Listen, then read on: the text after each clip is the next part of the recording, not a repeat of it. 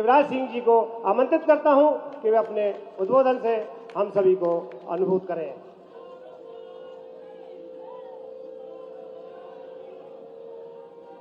बोलिए भगवान परशुराम की, भगवान परशुराम की, ब्रह्म समाज की। कार्यक्रम में विराजे सभी विद्वानों की, साधु संतों की, बहनों भाइयों की, भांजे भांजियों की। मंच पर विराजमान भारतीय जनता पार्टी के प्रदेश के अध्यक्ष और संकेत में कुछ कह रहे थे। अब हमारे तो प्रदेश के अध्यक्ष भी ब्राह्मण हैं और राष्ट्रीय अध्यक्ष भी ब्राह्मण हैं और जिलाध्यक्ष भी ब्राह्मण हैं। आदरणीय श्रीमान बीडी शर्मा जी, हमारे अत्यंत स्नेही। पार्टी अलग हो सकती है, दल अलग हो सकते हैं, लेकिन जिनका मैं दिल से सम्मान करता हूं और वर्षों से उनके साथ छात्र राजनीति के जमाने से साथ काम किया है, आदरणीय श्रीमान सुरेश पचौरी जी, हमारे बुंदेलखंड के शेर, आपके कुल के गौरव पंडित श्री गोपाल भार्गव जी,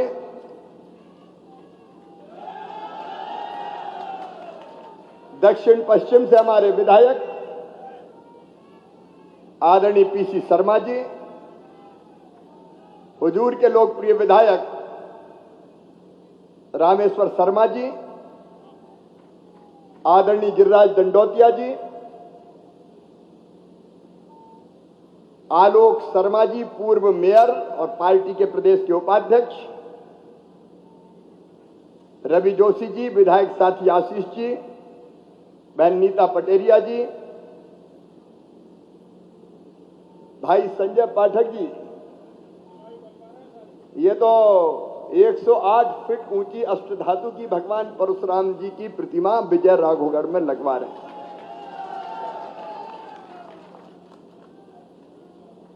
जयप्रकाश पालीवाल जी, पंडित गौरी शंकर शर्मा जी, जय हो महाराज, पंडित पुष्पेंद्र मिश्रा जी, आदरणीय विनोद तिवारी जी, भाई सुमित जी, नीतू तिवारी जी, पूर्वा त्रिवेदी जी, बहन सावित्री तिवारी जी, सभी आदरणीय संतगण विद्वजन में चरणों में प्रणाम करता हूं और यह महाकुंभ में उपस्थित सभी बहनों भाइयों देवियों सज्जनों, सबसे पहले मैं आपको, इस समाज गंगा को दोनों हाथ जोड़ के और शीश झुका के प्रणाम करता हूं। ऋजु तपस्वी संतोषी, क्षमाशीलो जितेंद्रिया, दाता सुरो दयालुश्च, ब्राह्मणो नवभिर्गुणे। जो तपस्वी है, जो संतोषी है, लेकिन जो वीर भी है और सरल भी है, जो दानी भी है, दयालु भी है, जो इंद्रियों को जीत ले और जो अपने ज्ञान से ईश्वर का सत्य जान ले, वही ब्राह्मण है। यह हमारे यहां कहा गया है। ज्ञान जिसका मान, क्षमा जिसका धर्म, दया जिसका हृदय और विद्या जिसका नियम, वही ब्राह्मण है। ब्राह्मण वो जो सुरेश जी कह रहे थे, जो ब्रह्म यानी ईश्वर को जान ले, वो ब्राह्मण। हमारी धर्म, हमारी संस्कृति, हमारे जीवन मूल्य, हमारी परंपराएं अगर संरक्षित करने का काम किया है, तो मैं प्रणाम करते हुए कहता हूं कि ब्राह्मणों ने किया है, ब्राह्मण समाज ने किया है। अभी बीडी शर्मा जी बता रहे थे कि भारत अगर आज एक है भारत अगर आज, तो आदि गुरु शंकराचार्य जी महाराज के कारण है। अगर शंकराचार्य जी महाराज ना होते, भगवान शंकराचार्य जी ना होते, तो भारत का ये स्वरूप नहीं बचता। पूरे भारत को जोड़ने का उन्होंने काम किया। भगवान राम ने उत्तर से दक्षिण भारत को जोड़ा, भगवान कृष्ण ने पूरब से पश्चिम भारत को जोड़ा, लेकिन आदिगुरु शंकराचार्य भगवान ने तो पूरब पश्चिम उत्तर दक्षिण चारों दिशाओं से भारत को जोड़ दिया। हमारा देश, हमारा धर्म, हमारी संस्कृति, हमारी परंपराएं अगर जीवित है तो वो आपके कारण है। ये मैं भाव भरे हृदय से आपको कह रहा हूं। भाषा हो, साहित्य हो, भूगोल हो, विज्ञान हो, राजनीति हो, ज्योतिष हो, अर्थ गणित विद्या हो, ऐसी कोई विधा नहीं जो ब्राह्मणों से अछूती रही हो। साहित्य में दंड पाणिनि, आर्यभट्ट और वराह मिहिर। नई पीढ़ी जाने कि दुनिया को ज्ञान का प्रकाश इनने दिया था। जब विश्व ने खोजों की शुरुआत नहीं की थी, तब शून्य भी दुनिया को ब्राह्मण ने दिया था।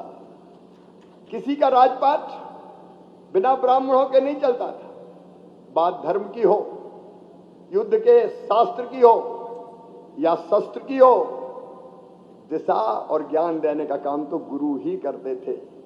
अगर चाणक्य ना होते तो चंद्रगुप्त भी ना होते, मौर्य साम्राज्य नहीं होता।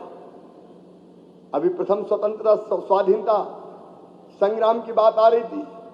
पहली गोली मंगल पांडे की चली थी, पंडित राम प्रसाद बिस्मिल जी की बात आई, चंद्रशेखर जी आजाद की बात आई।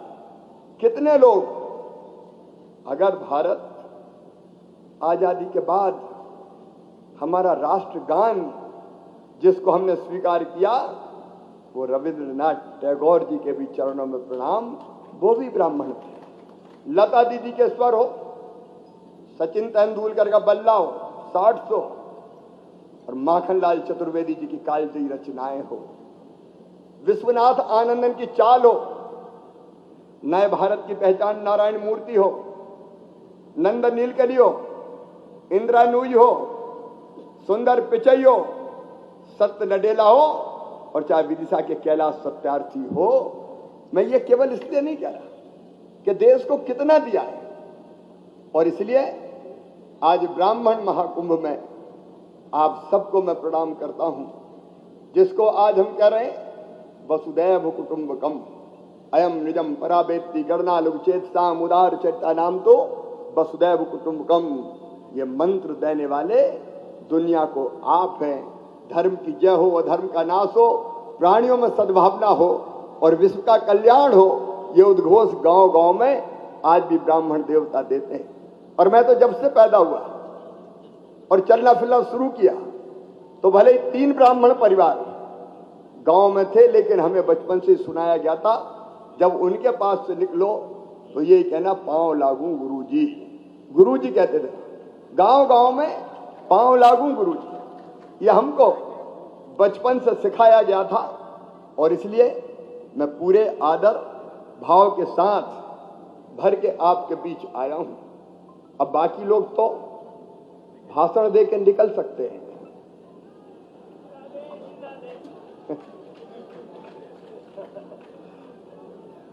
लेकिन जैसे सब समाजों को आगे बढ़ने का हक है, ब्राह्मण समाज भी अपनी बुद्धि के बल पर हम बहुत आगे, इसमें कोई दो मत नहीं, कोई तुलना नहीं, लेकिन व्यवस्थाओं के बल पर भी हमारे जायज हक हमको मिलने चाहिए, ये मैं हृदय से स्वीकार करता हूं। और इसलिए इस साल मेरा यह बीडी शर्मा जी तीसरा कार्यक्रम है।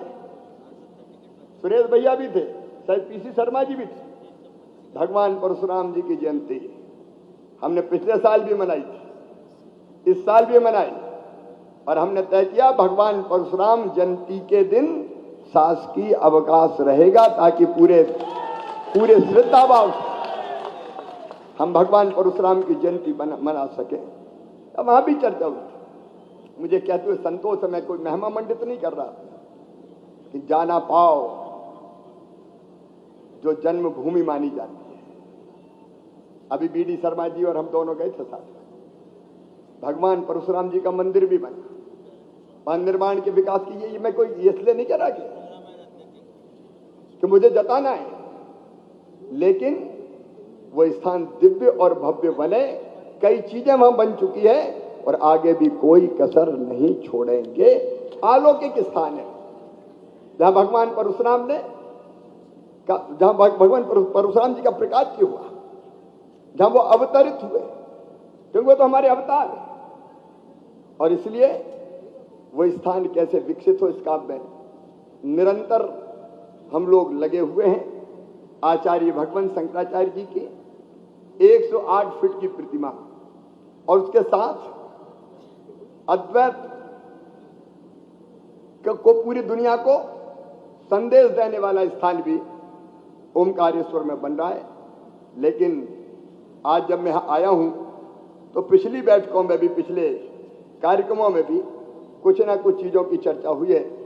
एक तो संस्कृत विद्यालय के, क्योंकि कर्मकांडी चाहिए, आगे और ज्यादा चाहिए, क्योंकि अब जमाना धर्म की तरफ बढ़ रहा है।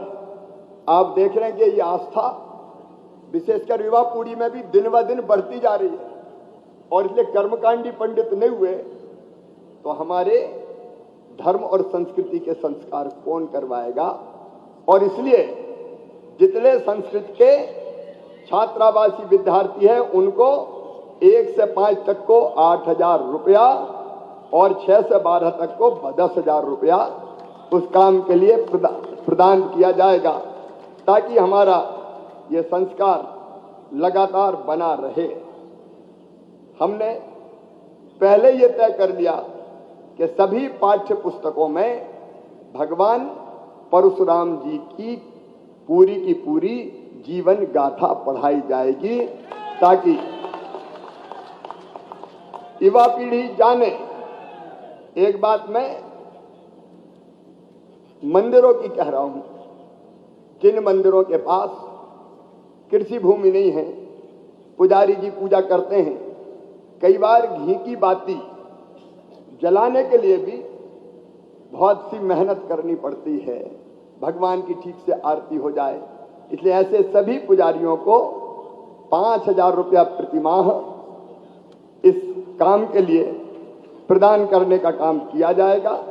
हमने ये भी फैसला किया है कि मंदिर जितने भी हैं, बीच में ये व्यवस्था हो गई थी कि मंदिर की जमीन पुजारी नीलाम करेगा, नहीं, मंदिर की जमीन कलेक्टर नीलाम करेगा, यह व्यवस्था बन गई थी।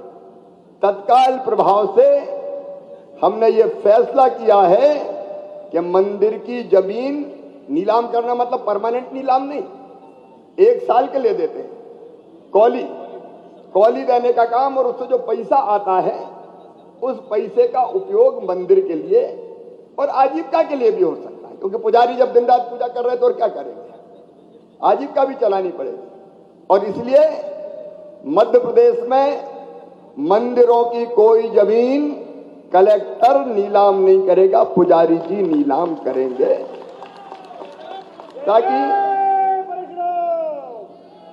ताकि ठीक से मंदिरों की व्यवस्था भी हो सके और जीवन यापन के लिए भी जितना जरूरी है कम से कम उतना तो हमारे पुजारी जी के पास हो।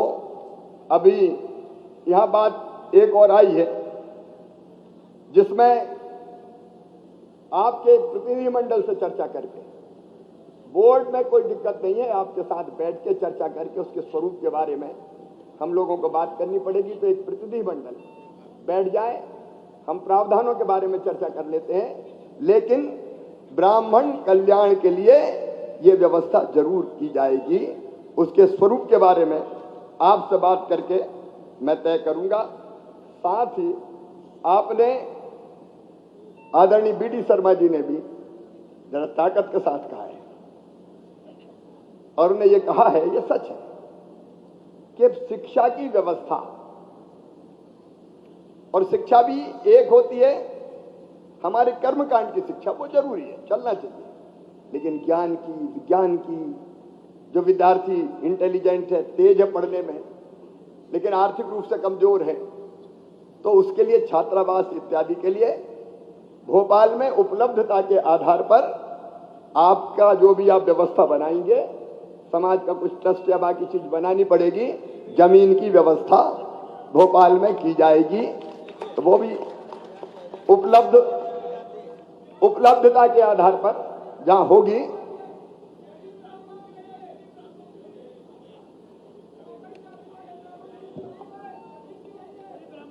अच्छा, गरीब ब्राह्मणों के लिए भी मामा है, आप काहे को चिंता करते हैं कुछ उसमें। अच्छा देखिए, एक बच्चों के पढ़ाई लिखाई की पूरी व्यवस्था निःशुल्क की जाएगी, और दूसरे जो बच्चे इंटेलिजेंट है, मैं फिर कह रहा हूं, इसको एक स्वरूप में बांध लीजिए। अध्यक्ष जी मैं आपसे कह रहा हूं, गोपाल जी मैं आपसे कह रहा हूं कि ऐसे बच्चों की जो इंटेलिजेंट, जिनमें क्षमता, प्रतिभा, बुद्धि सब है, उनकी चाहे मेडिकल की हो चाहे इंजीनियरिंग की भी हो, वो पढ़ाई हम निःशुल्क करवाने की व्यवस्था करेंगे। मेधावी विद्यार्थी अगर आते हैं तो केवल धन के कारण उनकी शिक्षा बाधित किसी भी कीमत पर नहीं होनी चाहिए। मंदिर के सर्वे करवाने की आपने बात कही है, मंदिर का सर्वे 1980 से नहीं हुआ है, मंदिरों का सर्वे करवा लिया जाएगा। कोई भी षड्यंत्र पूर्वक केस ना बने, इसके बारे में भी जो आवश्यक व्यवस्था है उसको हम सोचेंगे। और मध्य प्रदेश में लब तो चल सकता है, लेकिन जिहाद किसी भी कीमत पर नहीं चलने दिया जाएगा। इस तरह की हरकत करने वाले पूरी तरह से नेस्त नाबूद कर दिए जाएंगे, ये मैं आपको वचन देता हूं। ऐसी चीजें हम मध्य प्रदेश की धरती पर नहीं होने देंगे। बाकी तो टिकट का मामला तो अध्यक्ष जी जाने और मंत्रिमंडल में स्थान का भी वो पार्टी के साथ मिलकर आप जानते हैं कि चीजें तय होती है, लेकिन पर्याप्त प्रतिनिधित्व रहे इस बात की चिंता मैं भी करूंगा। एक बार फिर दोनों हाथ जोड़ के शीश झुका के आपको प्रणाम करता हूं। मेरे साथ एक बार फिर आप बोलिए, भारत माता की, और जोर से, भारत माता की, भगवान परशुराम की, भगवान परशुराम की, ब्राह्मण समाज की, धर्म की, अधर्म का, प्राणियों में विश्व का, गौ माता की, भारत माता की, हर हर महादेव। बहुत बहुत धन्यवाद माननीय मुख्यमंत्री जी। मैं कार्यक्रम के संयोजक पुष्पेंद्र मिश्र से आग्रह करूंगा कि वे आभार प्रदर्शन करें। उसके बाद भोजन